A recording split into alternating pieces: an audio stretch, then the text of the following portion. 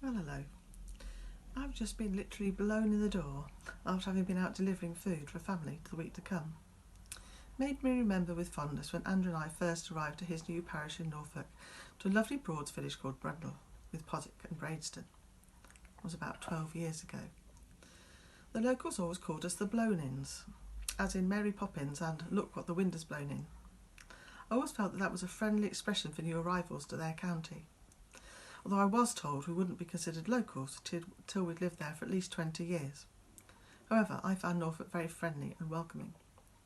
We lived in Brundle for 3 years, and then when Andrew finished his curacy we moved to Great Yarmouth.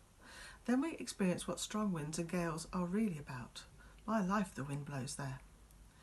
And often the wind is what is called a lazy wind, because they don't go round you, they go straight through you.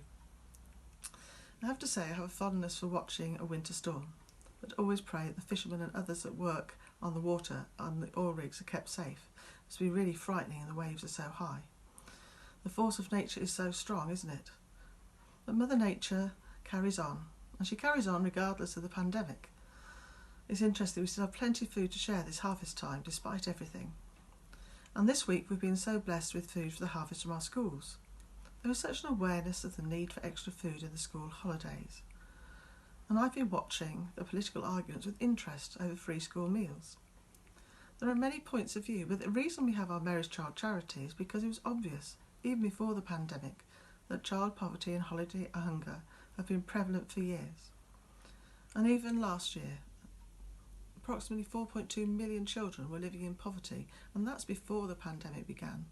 We know that many more are now in that situation.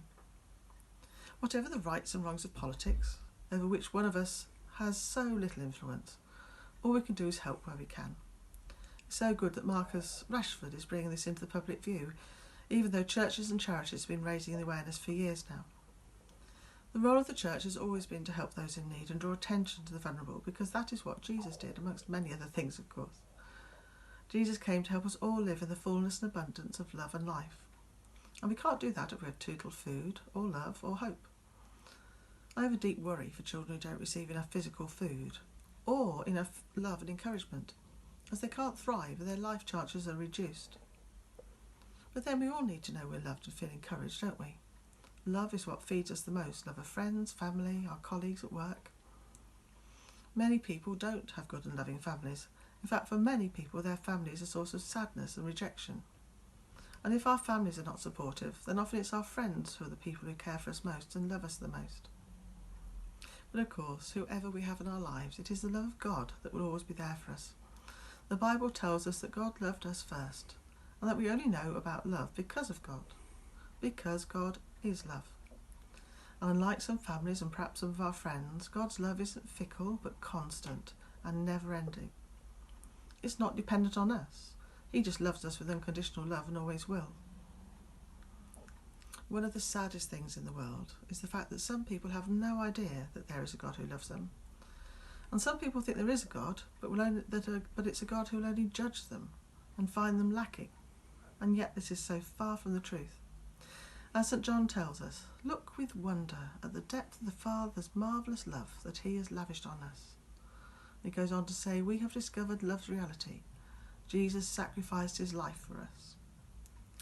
So in these weeks to come, just let yourself be bathed in that love of God that he lavishes on you, knowing that you are precious and special, unconditionally loved now and into eternity.